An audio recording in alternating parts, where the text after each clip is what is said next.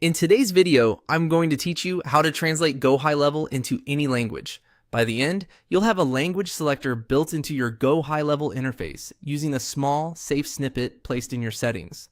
Start inside your GoHighLevel account and look for the account menu in the top bar. Open it and switch to Agency View. This is important because the white label and custom JS options you need are only available from the agency side, not from an individual location. Once you're in Agency View, head to Settings from the left sidebar. In the Settings area, open Company, then go to the White Label tab. Scroll down until you find the Custom JS section. This is where we'll place the translation widget's script. A quick note here. Anything you add to Custom JS loads across your agency interface, so only paste code you trust and keep things clean and organized if you use multiple snippets. Now, open a new browser tab and go to gtranslate.io, specifically the website translator widget page. This tool generates a lightweight code snippet that adds a language switcher to your site or app.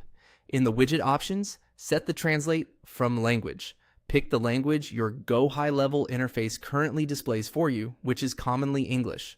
Then choose the language you want to translate to under Translate To. Select the target language your team or clients prefer. If you see design or placement options, you can leave defaults for now. The main goal is to get the code. Scroll to the bottom of that page and copy the generated code. It will include a small script tag and an element that renders the language selector. Return to your GoHighLevel tab back in the white label area where the Custom JS box is open. Paste the code directly into the Custom JS field. If you already have other scripts, place this snippet in a clear spot and make sure you don't accidentally duplicate anything. When you're done, click Save Changes. That's it.